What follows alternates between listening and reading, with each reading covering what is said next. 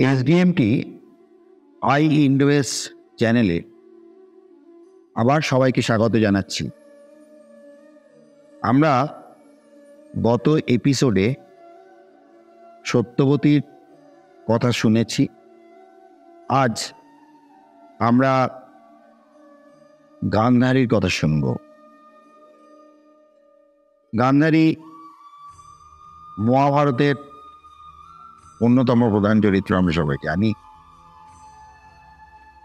গান্ধারী কথা আরম্ভ করার আগে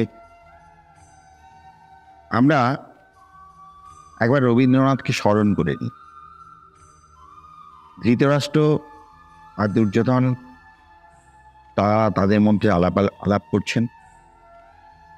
তাদের কথোপকথনের মাঝে প্রতিহারী জানালো মহিষী গান্ধারী রাজার দর্শন প্রার্থিনী। সেই মুহূর্তে যেন অনেকটা ভীত হয়ে দুর্যোধন বললেন, পিত, আমি চলিলাম। তবে দুর্যোধনের প্রস্থানের পর ধৃতরাষ্ট্র বললেন, কর পলায়ন। হায়, কেমন এবার সবে সাধ্বী জননীর দৃষ্টি সমুদ্রতবাজ, ওরে পুণ্যভীত, মুড়ে তোর নাহি লাজ। রবীন্দ্রনাথ ঠাকুর তার কাহিনী কাব্যগ্রন্থের গান্ধারীর আবেদন কাব্যনাট্যে দুর্যোধনের চরিত্র ইঙ্গিতপূর্ণভাবে ফুটিয়ে তুলেছেন। দুর্যোধন নিজ কৃতকর্মের জন্যে নিজের কাছেই যেন কিছুটা ভীত। ধৃতরাষ্ট্র নিজেকে স্নেহান্ধ হিসেবে প্রকাশ করে দিয়েছেন এই বক্তব্য তার মাধ্যমে। দুর্যোধন তাকে লজ্জা পাচ্ছেন না, পাচ্ছেন মাকে। গান্ধারী এলেন, ধৃতরাষ্ট্রকে বলছেন, নিবেদন আছে শ্রীচরণে, অনুনয় করোনা। ধৃতরাষ্ট্র বলছেন, প্রভু কি অপূর্ণ রয় প্রিয়ার প্রার্থনা, ত্যাগ করো এইবার কারে হে মহিষী। পাপের সংঘর্ষে যার পরিচে ভীষণ শান, ধর্মের কৃপানে সেই মৃড়ে কে সেজন আছে কোনখানে, শুধু কহ নাম তার। পুত্র দুর্যোধন হারি করিব ত্যাগ, এই নিবেদন তব পদের। দারুণ প্রার্থনা কে গান্ধারী রাজমাতা। এ প্রার্থনা শুধু কি আমারই হে কৌরব? কুরুকুল পিতৃপিতামহ স্বর্গ হতে প্রার্থনা করে অহরহ নরনাথ, ত্যাগ করো তারে। কৌরব কল্যাণ লক্ষ্মী যার অত্যাচারে, অশ্রমুখী প্রতীক্ষিতে বিদায়ের ক্ষণ রাত্রি দিন। ধর্ম তারে করিবে শাসন, ধর্মের যে লঙ্ঘন করেছে। আমি পিতা, মাতা আমি নহি। গর্ভভার জর্জরিতা জাগ্রত হৃৎপিণ্ড তলে বহিনাই তারে। স্নেহ বিগলিত চিত্ত শুক্র দুগ্ধ ধারে, উচ্ছ্বসিয়া উঠে নাই দুই স্তনবাহী। তার সেই অকলঙ্ক শিশুমুখ চাহি। শাখাবন্ধে ফল যথা সেই মতো করি, বহু বর্ষ ছিল না সে আমারে আকরি। দুই ক্ষুদ্র বাহুবৃন্দ দিয়ে লয়ে টানি মোর হাসি হতে হাসি, বাণী হতে বাণী, প্রাণ হতে প্রাণ। তবু কহি মহারাজ, সেই পুত্র দুর্যোধনে ত্যাগ করো আজ। গান্ধারী রাজ্যের অধিপতি রাজা সুবলের কন্যা। জন্মভূমির নামের সঙ্গে যোগ রেখে নাম গান্ধারী। মহর্ষি ব্যাসদেব গান্ধারীর ধর্মশীলতার কথা বর্ণনা করার ইচ্ছে বহুকাল আগেই প্রকাশ করেছেন। বিস্তারাঙ্কুর বংশস্য গান্ধার্যা ধর্মশীলতাম। আদি পর্বের 99 নম্বর শ্লোক। ভীষ্ম ধৃতরাষ্ট্র ও পাণ্ডুর বিবাহ বিষয়ে বিদুরের সঙ্গে আলোচনা করছে। বিদুর বললেন যে ব্রাহ্মণদের বিভিন্ন জায়গায় পাঠানো হয়েছিল, তিনি শুনেছেন যে সুবলদুহিতা গান্ধারী মহাদেবের আরাধনা করে শতপুত্রের জননী হওয়ার বর প্রাপ্ত হয়েছেন। এ কথা শুনে ধৃতরাষ্ট্রের বিবাহের প্রস্তাব নিয়ে বিশ্ব গান্ধার রাজের কাছে লোক পাঠাবে।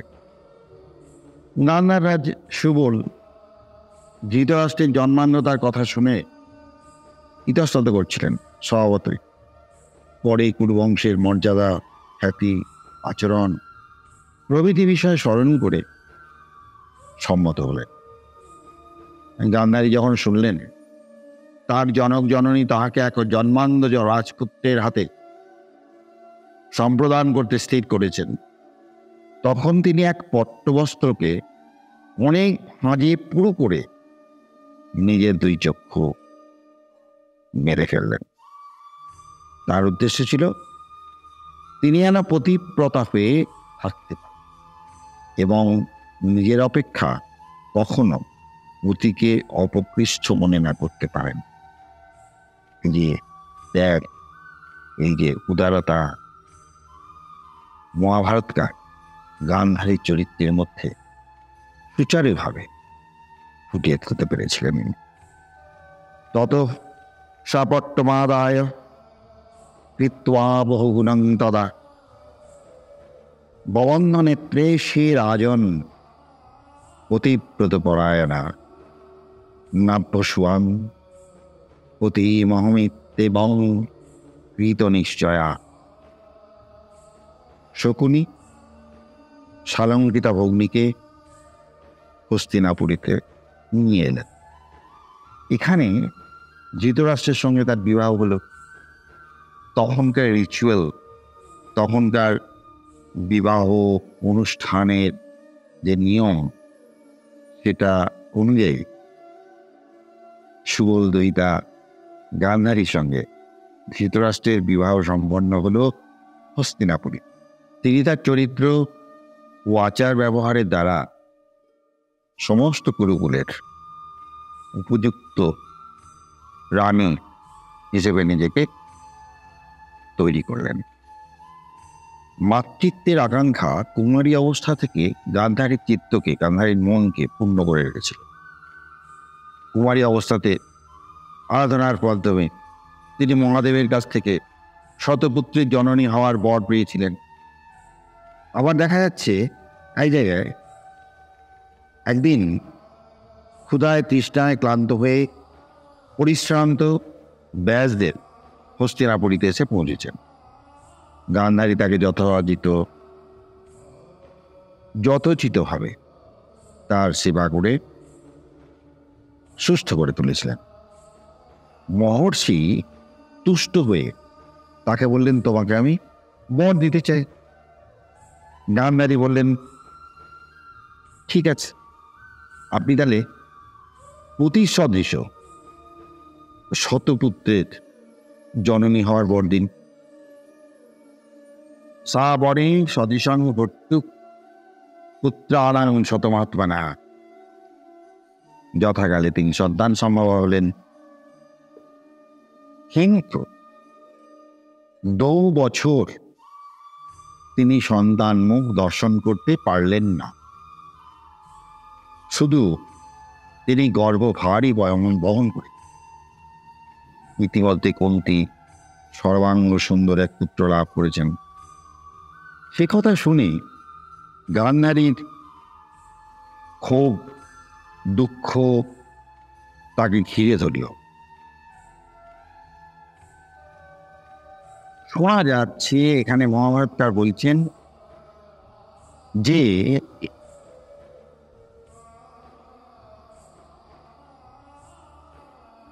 তিনি ক্ষোভে দুঃখে তার নিজের উদরেই আঘাত করলেন এবং তার ফলে এক মাংসপেশী প্রসব করলেন। সুদীর্ঘ 2 বছর গর্ভপোষণের এই ফল দেখে তিনি সেই মাংসপেশীকে ফেলে দিতে উদ্যত হয়েছেন। এমন সময় ব্যাসদেব সেখানে উপস্থিত থাকার জন্যে গান্ধারী অকপটে তার সকল কথা বললেন। গান্ধারীর কথা শুনে ব্যাসদেব বললেন, আমার বর বিফলে যাওয়ার নয়,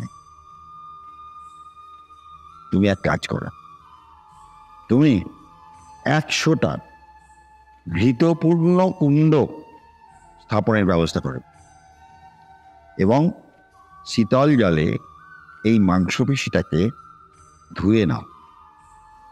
এই ব্যবস্থার পর দেখা গেল সেই মাংসপেশিটি অঙ্গুষ্ঠ পর্ব প্রমাণ 100 খণ্ডে বিভক্ত হয়ে গেছে। পরে আরও এক ঘৃতকুণ্ড স্থাপন করে সেগুলোকে পৃথক পৃথক কুণ্ডে রাখার ব্যবস্থা করা হলো। মহর্ষির নির্দেশ মতো যথাসময়ে কুণ্ড উদ্ঘাটন করে গান্ধারী 100 পুত্র এবং একটি কন্যার মুখ দর্শন করলেন। ব্যাসদেবের প্রসাদে তিনি তার আকাঙ্ক্ষিত কন্যাটিকে লাভ করেছেন। এই হলো গান্ধারীর শতপুত্রের জননী হওয়ার গল্প এবং একটি কন্যার।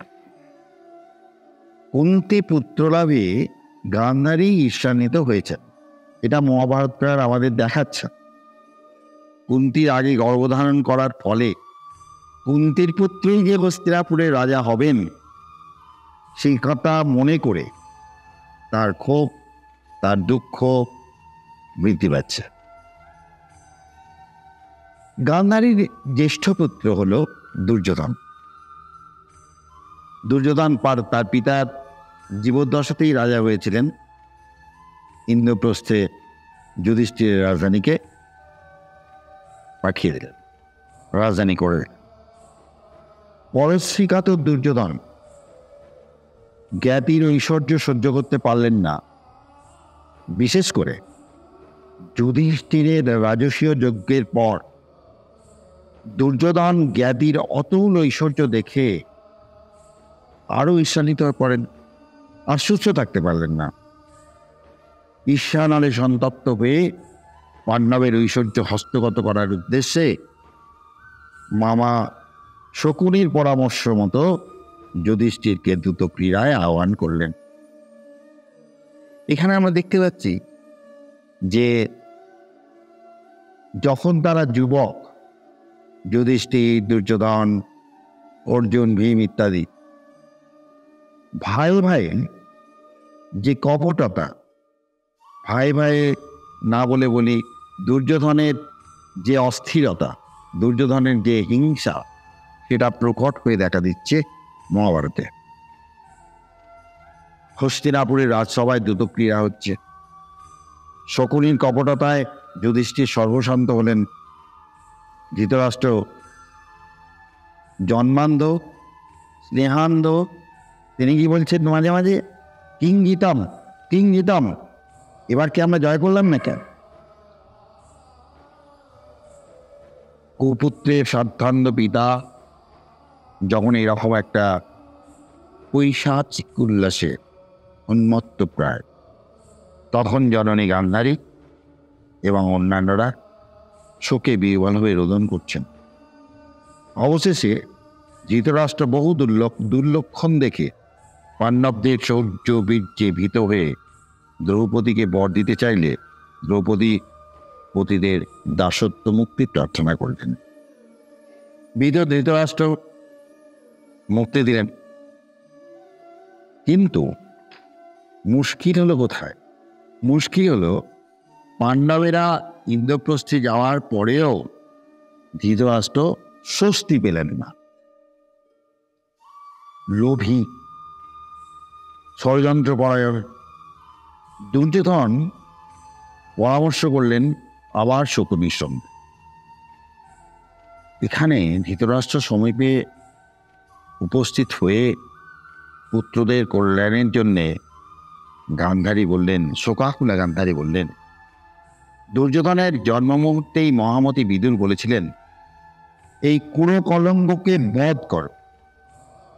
এই কুলাধম জন্মিয়াই শৃগালের ন্যায় চিৎকার করিয়াছিল, ইহা হইতেই গুরুকুল ধ্বংস হইবে।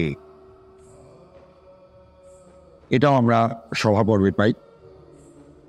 মহারাজ গান্ধারী বলছেন, মহারাজ তুমি নিজের দোষে অগাধ সলিলে নিমগ্ন হইও না,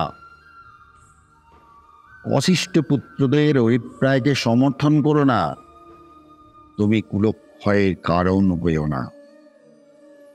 এই যে দূরদৃষ্টি গান্ধারীর, যা ধৃতরাষ্ট্রের ছিল না। মহাভারতকার ব্যাসদেব গান্ধারীর চরিত্র যখন বর্ণনা করছেন, তখন তার মধ্যে এই দূরদৃষ্টি সম্পন্ন ক্ষমতা আরোপ করলেন, এবং গান্ধারী বুঝতে পারছেন যে দুর্যোধনের দ্বারাই কুরুকুলক্ষয় হতে পারে। যখন দেখা যাচ্ছে যে স্বামী কিছুতেই শুনছেন না, তিনি বলছেন, অ্যাডভাইস করছেন, পুত্র স্নেহে অভিভূত না হয়ে স্বামীকে বলছেন, তস্মাদ মদ্বচনাথ ত্যাজ্যতাং কুল্য বাঞ্ছনা তথা তেনা কৃতং রাজন পুত্র স্নেহান্নরাদীপ তস্য প্রাপ্তং কলং বৃদ্ধি গ্রান্ত করণায় যাক। অতএব আমার অনুরোধ, এই কুরকলঙ্ককে ত্যাগ করো। কি রাজন, পুত্র স্নেহে তুমি তা না করলেই কুরুকুলক্ষয় প্রাপ্ত হবে। এই যে গান্ধারীর চারিত্রিক বৈশিষ্ট্য, যখন আমরা ছোটবেলায় রবীন্দ্রনাথের গান্ধারীর আবেদন পড়েছি, তখন আমাদের একটা কমন কোয়েশ্চেন ছিল গান্ধারীর চরিত্র বিশ্লেষণ কর। আমাদের বড় বড় কোয়েশ্চেনের উত্তর লিখতে হতো। মাস্টারমশাই, বাংলার মাস্টারমশাই লিখিয়ে দিয়েছিলেন গান্ধারীর চরিত্র।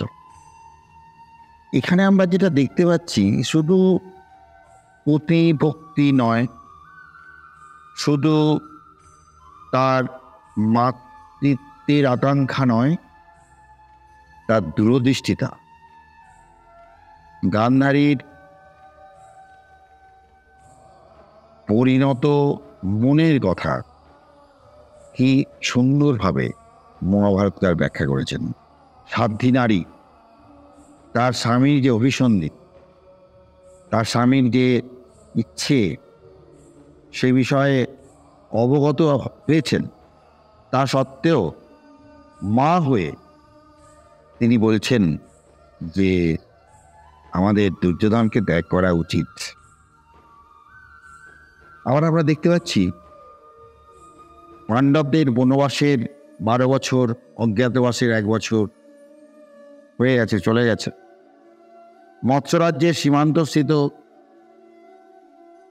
উপপ্লব্য নগর থেকে পাণ্ডবেরা তাদের হারিয়ে যাওয়া রাজ্য নতুন করে যাতে পাওয়া যায়, দূতরূপে দ্রুপদ রাজার পুরোহিতকে হস্তিনাপুরে পাঠান। সেই প্রজ্ঞাবান ব্রাহ্মণের কথাগুলো একেবারে পরিষ্কার, কিন্তু তীক্ষ্ণ। ধৃতরাষ্ট্র এবার ভীত হয়ে পড়লেন।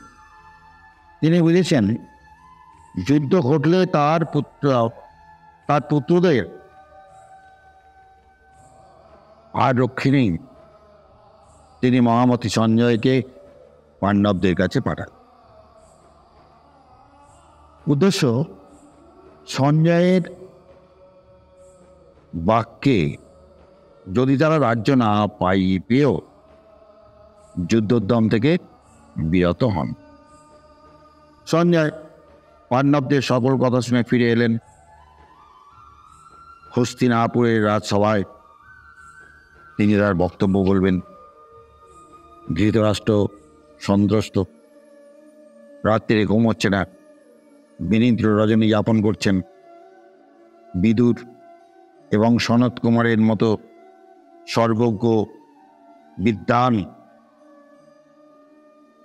দুজনের বোঝানো ধৃতরাষ্ট্রকে স্বস্তি দিতে পারছে না, তার হিতবচনেও তাদের হিতবচনেও তিনি শান্ত হতে পারছেন না।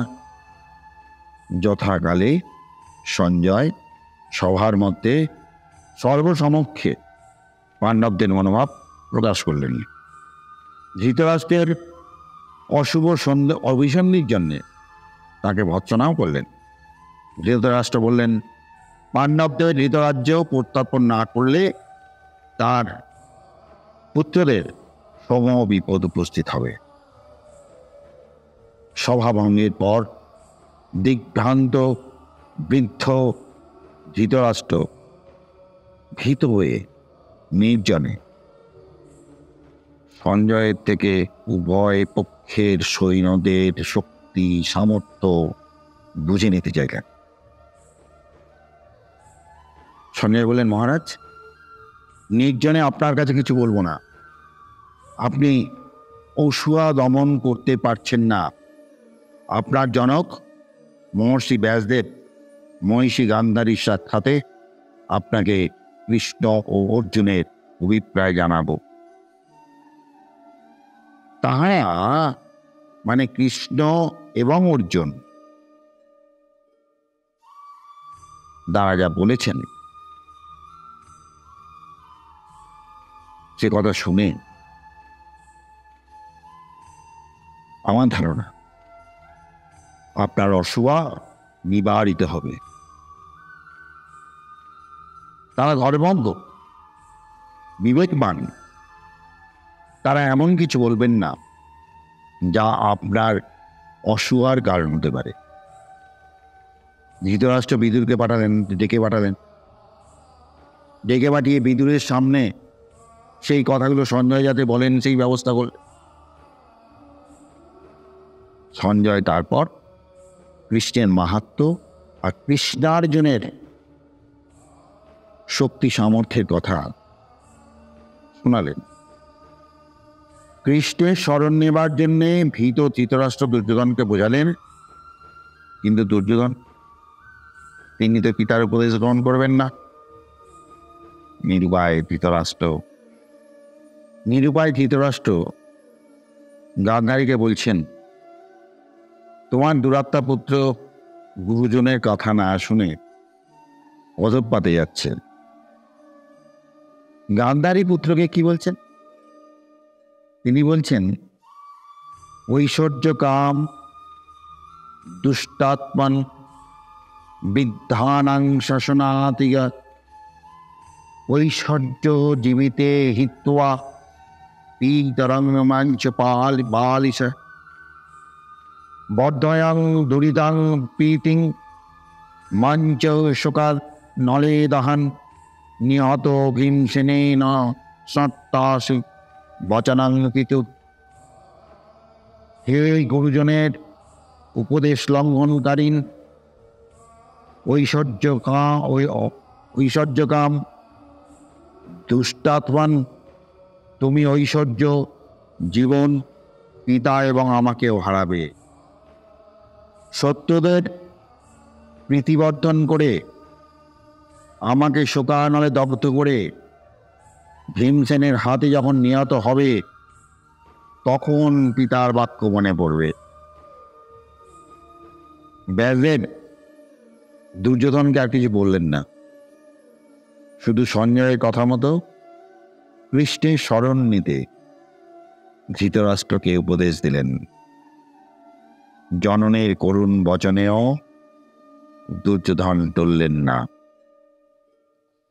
শান্তি স্থাপনের উদ্দেশ্যে শ্রীকৃষ্ণ আবার হস্তিনাপুরে এলেন।